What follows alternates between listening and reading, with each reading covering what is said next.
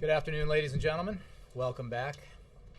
I hope everyone here had a fantastic Thanksgiving, had a chance to spend some time with family, and is well rested and ready to get back to work, as I am. I have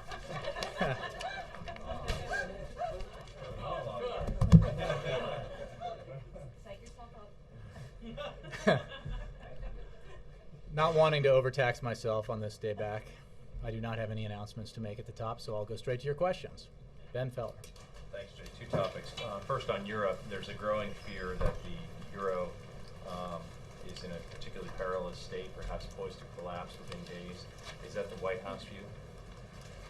Well, Ben, our position is and has been that it's critical for Europe to move with force and decisiveness now, particularly with new governments coming into place in Italy, Greece, and Spain.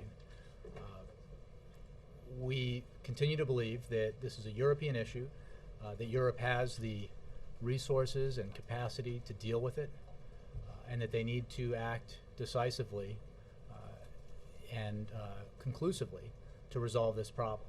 We obviously have a great deal of expertise and experience in these matters, and we have been in regular consultation with our counterparts from various European governments, consulting with them, offering the advice and expertise that we have to assist them. But we continue to believe that Europe has the capacity to deal with this and that they will conclusively. What kind of commitments, if any, is the President seeking today on this issue from the European leaders, and is he confident that they have the requisite sense of urgency? Well, as you know, the President has been and will continue to be in regular contact with Chancellor Merkel and President Sarkozy, as well as others. The meeting today is a regular summit, an annual summit with the EU. It was held here 2 years ago, was held in Lisbon last year. It rotates. And this will be, obviously, the global economic situation, and in particular the situation in Europe will be one of the topics of conversation. There will be other issues. And the President will reflect in his conversations in the meeting today what I've just said to you here, which is that the United States believes that Europe needs to take decisive action, conclusive action, to handle this problem, and that it has the capacity to do so. One question for you on Pakistan. Can you tell us what the President's personal reaction was upon learning of the NATO strikes that apparently killed 24 Pakistani soldiers, and also whether the White House is fearful that this will harm the U.S.-Pakistani relationship, as many people outside the building have been saying? Well, the President's reaction is all of our reaction, which is that the events that took those lives, the event rather, was a tragedy. The loss of Pakistani life was a tragedy. We mourn the brave Pakistani service members who lost their lives, and our sympathies go out to their families and go out to Pakistan. We take this matter very seriously. I believe my colleague over at the Pentagon, George Little, announced earlier today that in addition to ISAF looking into this, at the request of General Allen, CENTCOM will be investigating this matter, and we're obviously very keen on finding out exactly what happened. As for our relationship with Pakistan, it continues to be an important cooperative relationship that is also very complicated. And we have been, senior U.S. officials have been in contact with the Pakistani government, with their counterparts in Pakistan, including Secretaries Panetta and Clinton, Chairman Dempsey, General Allen, Ambassador Munter, and those contacts will continue. It is very much in America's national security interest to maintain a cooperative relationship with Pakistan because we have shared interests in the fight against terrorism. And so we will continue to work on that relationship. Excuse me. Yes, Reuters. Just to follow up on Pakistan, has any senior White House officials been in touch with people in Pakistan? Has the President reached out to anybody? I have no contacts at the presidential level to report, and I don't believe anybody in the White House has been. But as I said, some of the most senior members on the national security team for this administration have been, and I'm sure those contacts will continue. I guess a lot of people are fearing that this is at crisis levels, the tensions between the United States and Pakistan over this incident. And I'm wondering how you would characterize it in terms Well, of... we take it very seriously, and there are challenges to this relationship, and we've discussed them here this year. This is obviously a significant issue that we take seriously, and that's why we, through CENTCOM, will be investigating to find out exactly what happened.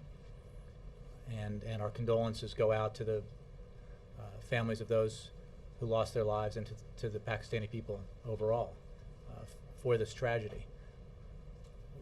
We continue to believe that it will be in not just the United States' interest, but Pakistan's interest to work with us cooperatively on our shared goals.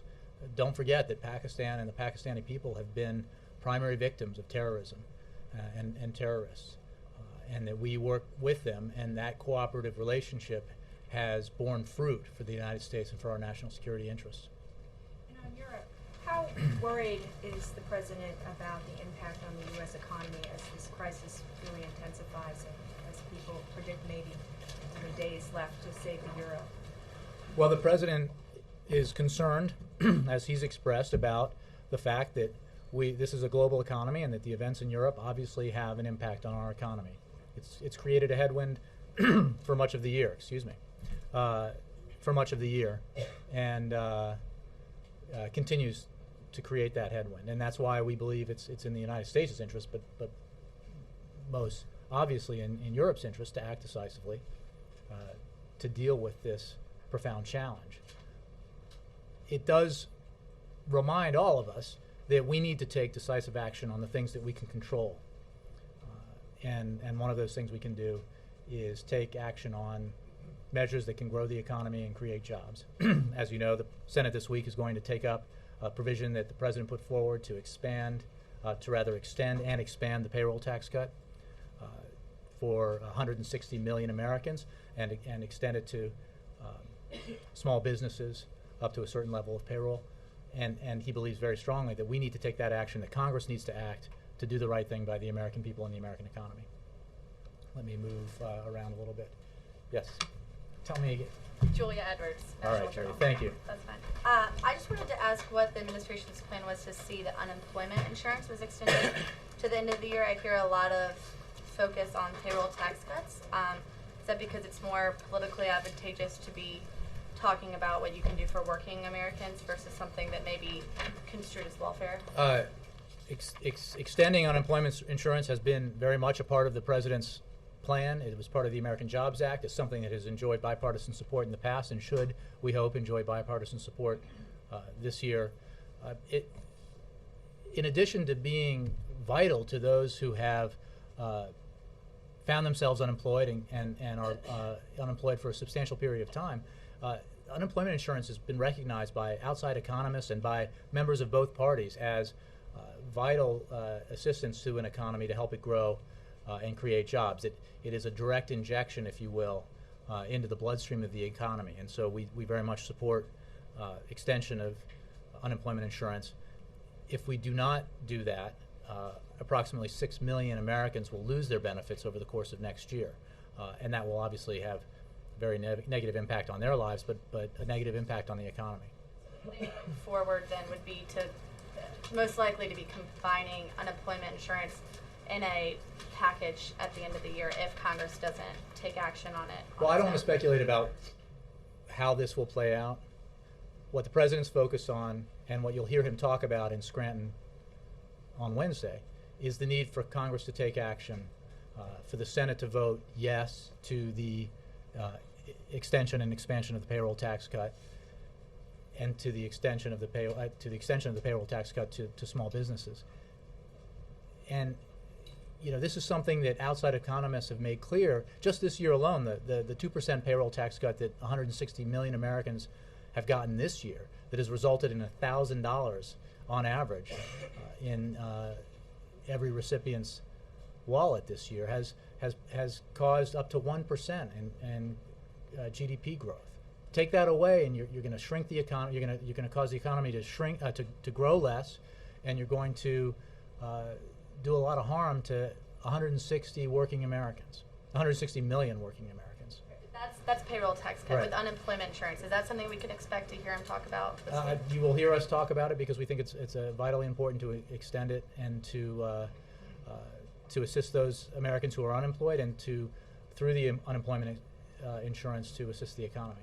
Yes, Jake. Just to follow on a couple of questions that have already been asked. On Pakistan, the president's not making any conclusions about what happened. It may, in fact, be that the Pakistanis fired first. The president's keeping an open mind about what might have happened. Well, we want to wait to see what the investigation discovers. Yes. Okay. And then in terms of what's going on in Europe, you said that this is a European issue. Europe has the resources and capacity to deal with it. President Obama said recently that this is a problem of political will.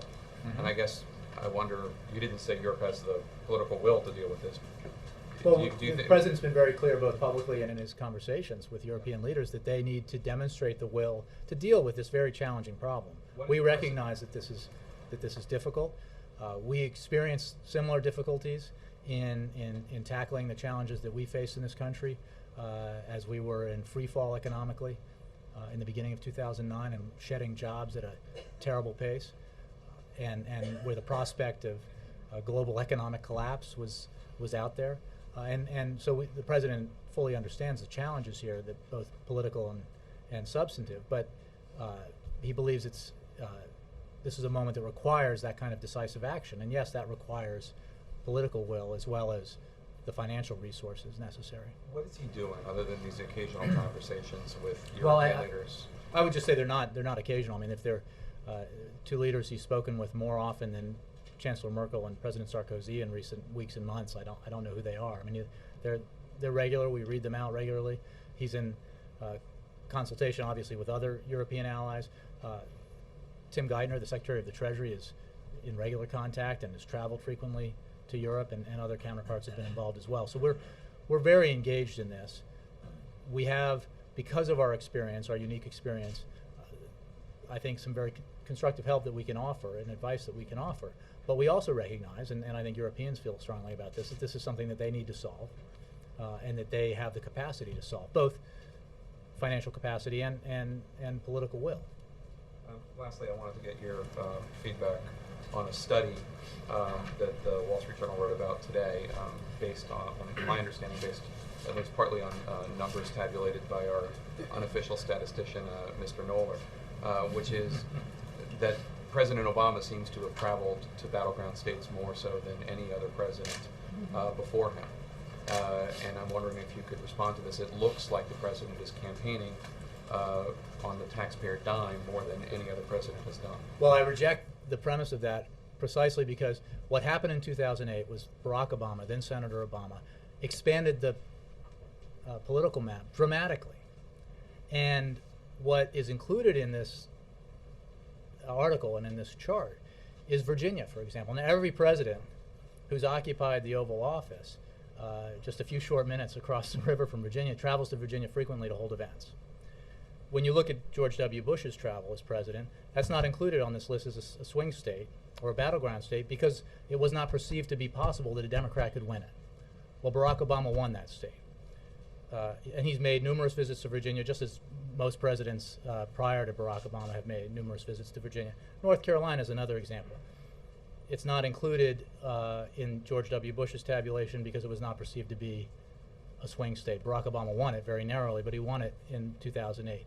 And if you take away those two states, and you look at, for example, Bush traveled more frequently in the same time period to Ohio, Wisconsin, New Mexico, Florida, President Obama has actually traveled less to the overlay battleground states than his immediate predecessor. So I just think that if you took off the map and said the President of the United States can't travel to states that are perceived to be battleground states, you would severely limit the capacity of this president and any of his successors to travel anywhere, because the fact is we live in a country that is very close politically in terms of which way states could go in any given presidential election, and increasingly we've seen that more and more states find themselves on the political map as potential battleground states and swing states. And if every president, whether it's President Obama or his successor or any successor after that, were to simply say, oh, I can't travel to any state that might be contested in the next election, then the president would have to spend most of his time here in Washington, D.C., and I don't think that any president should do that. Presidents should travel,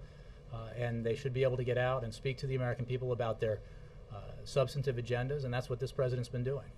He sure seems to spend a lot of time in states, though, that he's going to be. He spends a lot of time in a lot of states, and some of them red, blue, some of them that were declared red forever and ended up not being. They're purple now, and states that maybe are considered blue or were considered blue, but Republicans might think they have a chance at winning next year. I mean, I just think that it's a guessing game to suggest that we know what states are battleground states necessarily. And if, again, I think the salient point is then Senator Obama in his presidential campaign expanded the map dramatically, made states battleground states that it had not been for a very, very long time. And to then say that he can't travel to those states because he won them and made them competitive, I think would severely restrict this president's ability to travel and any future president's ability to travel, which I don't think is a good idea. Follow-up, Chief. You earned the right. Yes, sir, Mr. Nolan. Can you tell us how it's decided where events like the president or the Scranton on Wednesday? How was that decided? That's where he would go. I mean, Well, Pennsylvania is a state that seems to me would be indispensable to his reelection. Well, Mark, I think, as you know, probably better than or as well as anybody in this room, a lot of factors go into presidential travel. Proximity has a lot to do with it. I mean, there is a concentration of travel in states like Virginia and Pennsylvania because they're close by, and if the president's trying to get out of Washington and communicate with the American voter, he can't, or the American people rather, he can't always go to the mountain states or the plain states or the West Coast, and so I think you do see a concentration in this time zone, and I'm very confident. I'll offer my opinion that President Obama is going to win Pennsylvania. He's also going to win the election. I think he won Pennsylvania by double digits, but that's now, I guess, by your estimation or whoever put together this list, a battleground state. Maybe it is, maybe it isn't. We don't take anything for granted. The point is that these are subjective assessments, and again, that if you decided that every state that was close or could be close were ruled out as a potential place for a president to travel, you would make it really, really difficult for any president to go anywhere in the country eventually. But you're not saying that But politics play no role in the decision, are you? I'm saying that, I mean, there are a lot of decisions that go into, a lot of factors that go into the decisions. And the decisions for official events are made for official reasons, and they're made because we find places where the president can talk about the policy proposals he's put forward that make sense for a variety of reasons, logistical reasons, as well as location in terms of schools or sites that if we're highlighting his infrastructure proposals, then near a bridge, for example, or highlighting his proposals to help veterans, something that would involve veterans or schools. I mean, all of those factors go into deciding where the president travels. All the way in the back, yeah. Yes, on the payroll tax cut and the rest of the jobs package, given that the Republicans are going to block any tax increases, is the president open to negotiating on additional long-term spending cuts in return for that short-term stimulus? The president is very interested in making sure that 160 million Americans, working Americans who get a paycheck, don't have their taxes raised next year because Congress won't act. The fact of the matter is that a payroll tax cut has been supported by not just Democrats, not just this president, but by Republicans in the not too distant past, including some who came out against it yesterday. So we believe that there's a substantial support out in the country among not just Democrats and independents, but Republicans for an extension and expansion of the payroll tax cut, as well as an extension of it to small businesses. And that there's broad support for paying for it in the way that this president put forward in his principles and his plan, and that the Senate's going to put forward later this week. Again, if Republicans are going to vote against this, they have to explain why they have so energetically fought to protect tax cuts for millionaires and billionaires, Protected millionaires and billionaires rather than funding a program that would have sent teachers back to work. Protected millionaires and billionaires rather than funding a program as part of the American Jobs Act that would have put construction workers on the job to rebuild bridges and highways and schools. Protected millionaires and billionaires rather than pass the entire American Jobs Act. Now, they did that with great passion, but they don't seem to show a lot of passion when it comes to extending a tax break for average Americans. And I think there needs to be some questioning about why that is. But they do like spending cuts. I mean, they like the things that they want are spending cuts, and they want to change the defense sequester, which you've said is off the table, I guess, for these negotiations. I mean, is spending cuts something that you would be willing to negotiate? I'm not going to negotiate an outcome that we don't believe should come to pass. We believe that Congress should respond to the will of the people, which overwhelmingly supports the President's proposal for a payroll tax cut extension and expansion, and the means by which both the President and Senate Democrats believe it should be paid for. So rather than get ahead of a vote that we believe will happen later this week, I'd like to see everybody in the Senate held accountable in voting one way or the other on this proposal. Let me just make sure. Yes, Brianna. Jay, a couple questions. Pakistan's Prime Minister tells CNN that there will be, quote, no more business as usual in Pakistan-U.S. relations. And I'm just wondering, what do you take that to mean, and how much stock do you put in what sounds like a threat? Well, we take the matter very seriously, as I've said earlier, and we understand concern that members of the Pakistani government as well as the Pakistani people have about this incident, and that's why we're very interested in having it investigated and finding out exactly what happened. We mourn, as I said, the loss of life, and we extend our condolences to the Pakistani people for this. So we take it very seriously. But no more business as usual. It's obviously an indication that, you know, We understand that this is a serious issue. We take it seriously. We have a relationship with Pakistan that has been complicated for a long time, but it is also an important relationship and one that we need to work hard on, because that cooperation is in the interest of the United States. And the calls for Justices Thomas and Kagan to recuse themselves from overseeing the healthcare challenge, any response to that? Well, I would just say that I believe my understanding of how this works is that it's up to each justice to decide whether he or she should be recused.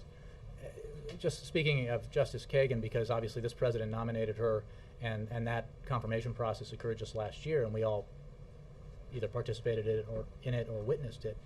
These issues were raised just a year ago in an expansive confirmation hearing, and those questions were asked and answered both in the hearing itself and in written questions that were responded to in writing. It's a mystery to me how this can suddenly be an issue a year later, and they want to revisit what they just visited not that long ago. I might have added an extra syllable there. Raised the issue on that about again. Justice Kagan said amazing. As I just said, she was all this stuff was examined. All of it was questions were asked. She answered it, and she responded in writing to this. So I think it sure sounds like a political thing to try to revisit it just a year later. But the information that was in the emails was not available during the confirmation. Nora. On the payroll tax cut extension, will the president sign an extension that does not include a tax on millionaires to pay for it? The president looks forward to the Senate voting on the bill that Senate Democrats are putting forward that pays for an extension and expansion of the payroll tax cut in a way that Senate Democrats support, the president supports, Democrats, independents, and Republicans support around the country. Republicans support everywhere apparently except on Capitol Hill. Just to move that conversation along. Well, I don't want to. The Republicans will I'm not likely going vote to against negotiate. it, and it's going to fail, and so it will likely end up in an omnibus Well, or the before defense we- bill or continuing resolution. So is the But president Nora, going to back before- down and sign an extension of the payroll tax cut extension without the? Well, I'm not going to negotiate an end game here before this vote has even happened, and I think it's not fair to the American people to sort of just say, oh well, they're going to vote against it. Let's ignore that and move on and see what they might vote for. Because here's what Senator McConnell said about the payroll tax cut. in early 2009. He suggested that we should have a 2-year elimination of the payroll tax. It put a lot of money back in the hands of businesses and in the hands of individuals, both of whom pay the payroll tax cut. Senator John Kyle, who had something else to say about it yesterday, said in late 2009, you can do some things to stimulate job creation, and certainly something like reducing the payroll tax cut, which has been written about recently, would accomplish that. Job creation. That must be a good thing, right? Senator Hutchison, I think the payroll tax cut does help some. It helps the individual who is working and the employer. Senator Alexander in late 2010 said, if you're a small business person in Tennessee, what this means is that you won't be paying tens of thousands of dollars, perhaps more in taxes, and you can use that to create a job. It also means that your employees who work there will get a 1/3 reduction in their payroll tax payments every 2 weeks, and maybe they'll spend some more money creating more jobs. We couldn't have said it better. Senator Hatch called it a conservative approach to help put our economy back on track, a targeted, reasonable way to get employers hiring again. This is a conservative approach, as I said. Now, obviously these Republican senators believe that a payroll tax cut is a good thing, at least they did. But what they seem not to believe is that millionaires and billionaires ought to pay a little extra in order to ensure that middle-class Americans get a payroll tax cut. So they're more forced to choose here. They're siding with those who, as the CBO study showed and others have showed, have done exceptionally well in the last 10 years, even 30 years, while middle-class Americans have seen their incomes stagnate. We just don't think that's the right position. We don't think that the American people support that position. And before senators are forced to vote on that matter, as they will later this week, and explain why they'd rather see taxes go up on regular Americans than see millionaires and billionaires pay a little bit more, before we get beyond that, I want to see that vote happen. And then just a quick question on Pakistan. Did the president make any calls on Pakistan? I have no calls to report out to you. And if NATO forces or American forces are fired on from Pakistani military bases, are they allowed to defend themselves? I think that's a question best directed towards ISAF and to the Pentagon. I would say if it's a question about this incident that we are just beginning an investigation into what happened. Let me. President's travel. I didn't think the criticism was that President should stop traveling. Obviously, he's entitled to travel.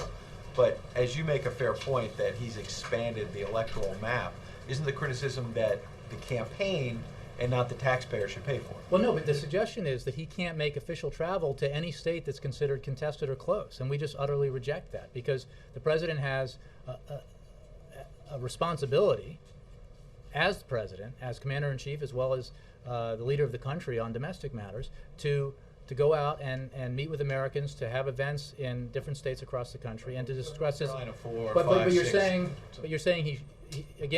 you're saying he shouldn't go there because it's close, and it was only close because there, but maybe the campaign picks up the tab at some point. I see, and again, take away those states that he happened to win against all odds and probably against the predictions of various news organizations, that he then it was okay for previous presidents to go there, but not for him because he won so convincingly in 2008. That just doesn't make any sense. More times than he goes to Tennessee. Why does he go to Pennsylvania? There are a variety. He goes to Georgia. Jake, there are a variety of reasons. But the primary of that decisions are made about where he goes, and he goes to red states, he goes to blue states, he goes to states that are considered battleground states, and those decisions are made for substantive reasons based on the policy issue that we're putting that he's addressing.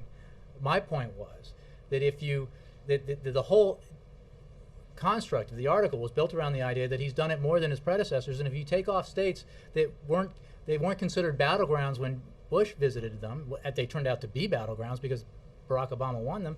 His predecessor, George W. Bush, traveled to these states significantly more than President Obama has. So the whole point being, presidents need to be able to travel. When he travels on, when it's political travel, political events, those are paid for by the book according to the rules that exist.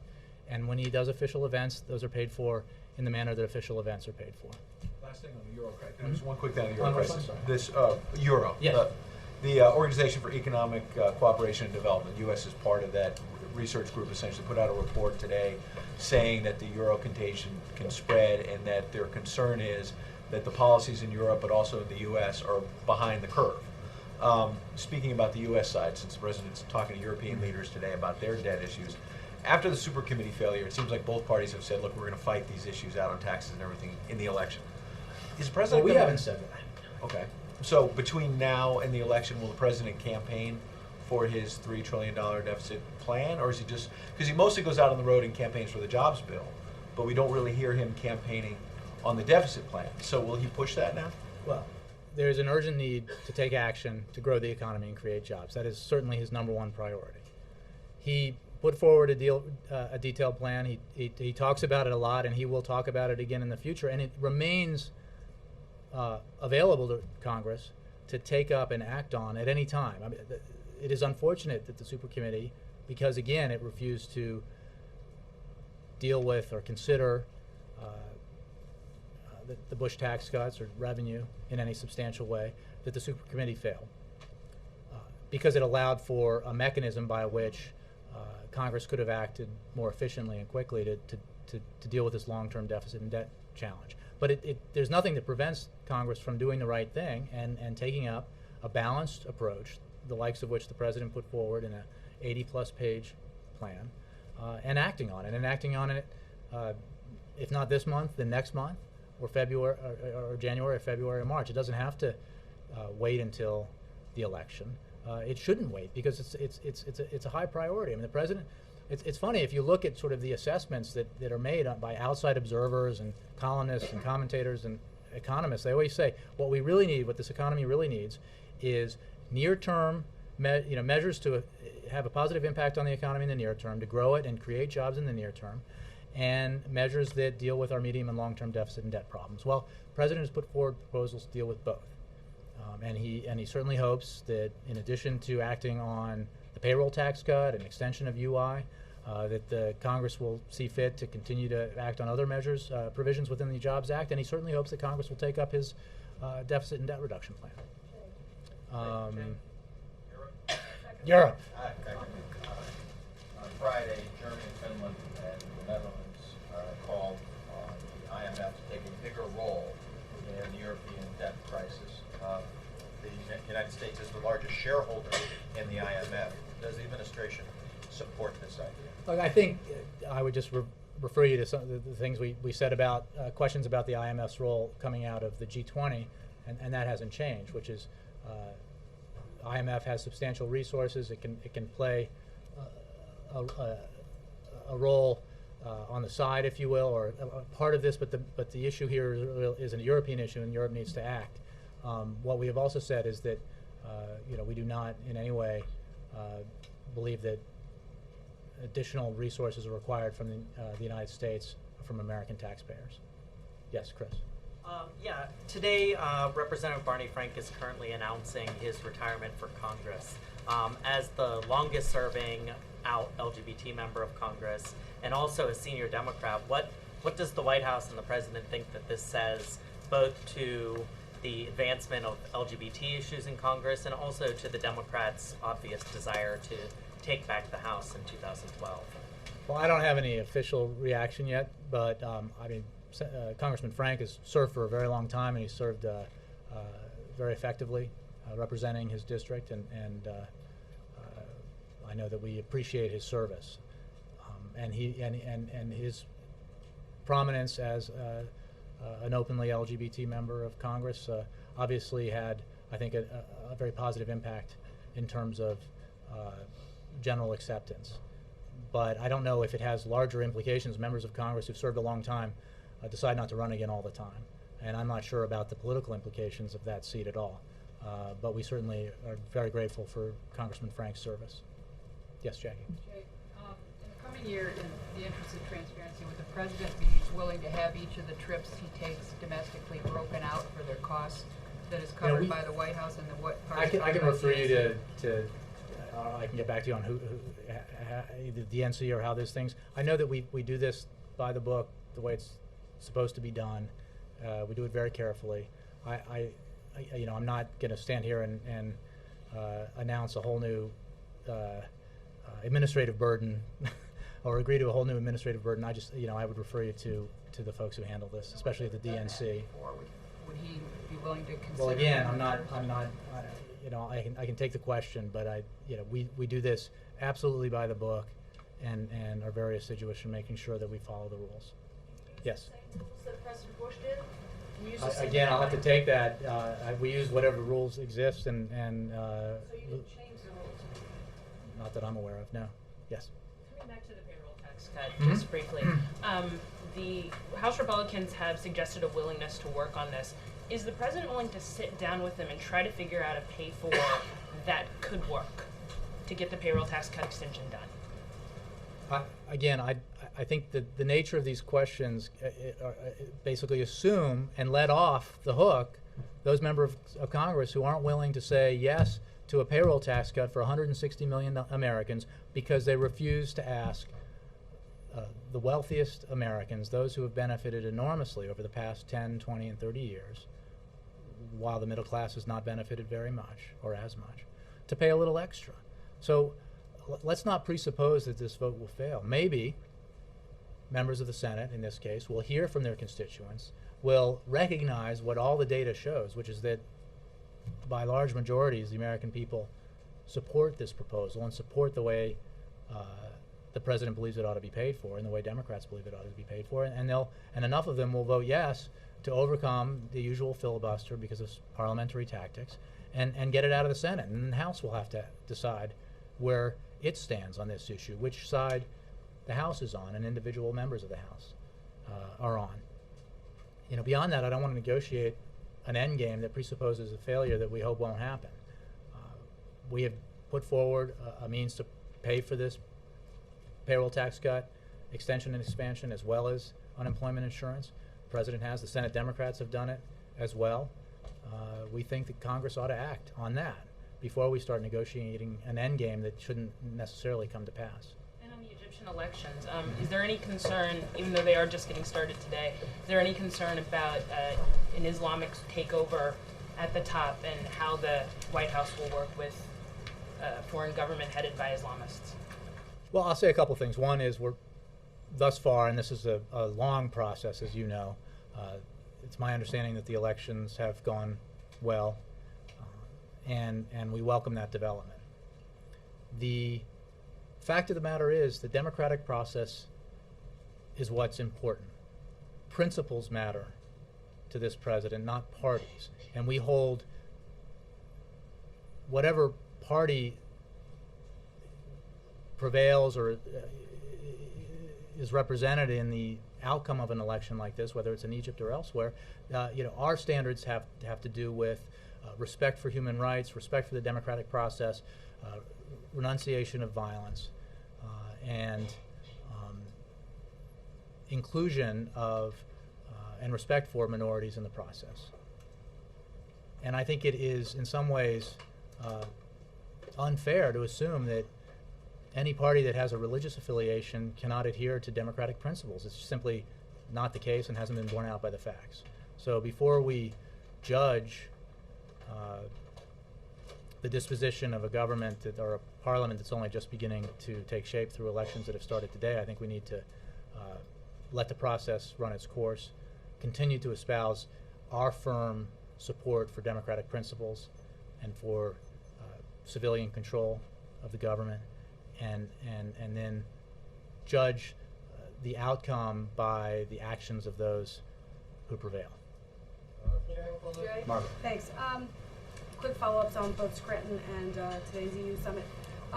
Dan Pfeiffer had tweeted earlier today that there would be more "we can't wait" stuff this week. Will any of that be rolled out in Scranton, or is the Scranton message purely on the payroll tax cut extension? And if the former, can you put some meat on the bone? And then with regard to the summit today, just to clarify, is the president asking these EU leaders for anything explicit that he hasn't already spoken with Merkel and Sarkozy about? This meeting's going on now, so I don't want to say what happened before it's happened. I think generally the description of the president's message that I gave is going to be the message that he delivers in this meeting. I think it certainly is the case in the current crisis that Chancellor Merkel and President Sarkozy and other leaders of European countries are are key to the process, and that's why the President has had so many direct conversations with them and will continue to. And obviously this meeting with the EU is important in that regard too, but it will also discuss other issues. The President on Wednesday will focus on the payroll tax cut, and I don't have any announcements beyond Dan's tweet to make about further executive actions. Tom. Jay, Senator Kyle said yesterday that the reason that the payroll tax should not be extended and sweetened as the President wants is that that's billions of dollars more that won't go into the Social Security Trust Fund. Therefore, it might conceivably endanger the stability of Social Security. How do you all react to that? Well, a couple of things. One, that's simply not the case, because it presupposes the idea that U.S. Treasuries are not the most rock solid investment in the world, which they remain to be, which they remain even as we speak. So, secondly, it's not a position that Senator Kyle took in the past. And the fact of the matter is, we need to take measures to grow this economy. We need to take measures to create jobs. And what we should not be doing is asking 160 million hardworking Americans, middle-class Americans, most of them, to have their taxes raised next year by $1,000 on average, just so millionaires and billionaires don't see their taxes raised just a little bit. It just doesn't seem fair to this president or to Americans of every political persuasion across the country. So we believe very firmly that the Senate ought to act, ought to vote, and ought to say yes to a payroll tax cut and extension later this week. Victoria. Jay, UN report out today says Syrian security forces have committed gross violations of human rights since the crackdown, including killing hundreds of children and sexually abusing boys. And even with the sanctions imposed by the Arab League, is it time for the UN Security Council to get involved? Well, I haven't seen the report that you referenced, but we have very strongly condemned the violence perpetrated by the Assad regime, the gross violations of human rights perpetrated by the Assad regime.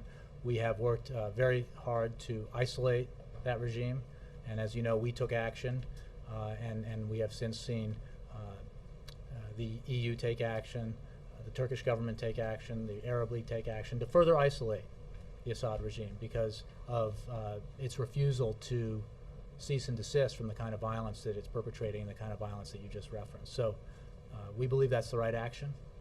We believe that the fact that it's the right action is demonstrated by the support for that approach that we've seen now, not just among Western nations, European nations, but also by the Arab League. And we will continue to work to isolate the Assad regime because he's clearly lost his legitimacy to lead. Well, my question is it time perhaps for the next Well, we'll step? continue to work with international organizations. We believe the approach that we've taken is the right approach, and that it is most effective when we have this kind of concerted, broad effort, as demonstrated most recently by the Arab League's action. Yes. Jay, Iran followed the president through the Asia trip. Are there any concrete steps that you can report or talk about now regarding China and Russia efforts to come about with a unified approach to prevent? Well, I think you know from the Board of Governors vote that there is great unity in the international community in condemning Iran's refusal to live up to its international obligations. That vote coincided, as I think Tom Donilon mentioned when he briefed in Indonesia, with a UN vote condemning the attempted assassination of the Saudi ambassador to the United States. Overwhelming votes, including Arab states and other states around the country, with very few opposing. And I think that it again demonstrates the approach that we've taken here that has unified the world in isolating and pressuring Iran because of its behavior. Whereas in the past we had a situation where Iran did not face the same kind of pressure because there was disunity in the international community about what action to take, and some folks were blaming the United States when in fact that wasn't true. The action that we've taken has demonstrated that the bad behavior is being perpetrated by the Iranian regime. Nothing to move us past the point where we were. Look, I think how you they- saw some new sanctions that we put forward. You saw some other sanctions that others have put forward, and that will continue to put pressure on the Iranian regime. And the fact that that pressure is having an impact is, I think, been validated by a lot of outside sources and validated, in fact, by the president of Iran. So that pressure continues, and we'll ratchet it up in a variety of ways. Yes. Thank you, Jay. On the newest move by the Arab League against Syria, there are a couple of countries that came out, one of them being Iraq, that said that they won't impose these, or I guess enact these sanctions or act on them. What do you say to countries like that are partners of the United States? Well, again, I think the significant fact here is the action that the Arab League took, and which reflects the action that the EU took, the United States took, that Turkey took, and I mean that's our focus, is that there is a remarkable amount of agreement internationally among not just Western states but states in the region about how reprehensible the actions that the Syrian regime has taken are, and we believe that that kind of isolation will have an effect, and that it is the right thing to do. There's no discussion with U.S. partners that are not acting. Well, I would refer you perhaps to the State Department for specific conversations that may be taking place or might take place with other countries that have a different view. But again, I think the story here, and I think it's a pretty remarkable story, is the broad consensus that we've seen in isolating Syria for its behavior. Sam. Yesterday, Last one. Yesterday, Senator Toomey said he saw wiggle room in the president's veto threat for the sequester specifically to defense, arguing that the president would be comfortable with the size of the cuts, but he could take some from defense and apply them elsewhere. Can you address that specifically? And also, has the president talked to Secretary Panetta about his concerns over the defense trigger? Well, I'm sure the President and Secretary Panetta, because they speak all the time, have spoken about this. Let me be very clear. The President, there are no easy off-ramps here. The Congress voted to impose this sequester on it, to hold its own feet to the fire, to get it to act.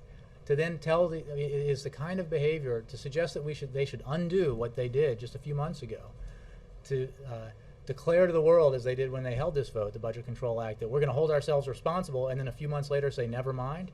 That's not acceptable. That's not undoing it. It's just the same amount of money. Changing it is undoing it. The whole purpose of the design of the sequester was to make it so onerous for everybody that it would never come to pass. To change it so that it's not so onerous only relieves pressure on Congress, and obviously Congress needs an immense amount of pressure to get positive things done. So veto a threat. Sorry, he would veto a threat to change the amount of defense cuts. The President made clear that the sequester should stay in place and that Congress should act, because Congress passed a law holding itself responsible and holding itself accountable, and they should do the right thing and get it done. So there's no wiggle room, to use your phrase, as I think I said in a briefing either here or on Air Force One last week. Thanks, guys.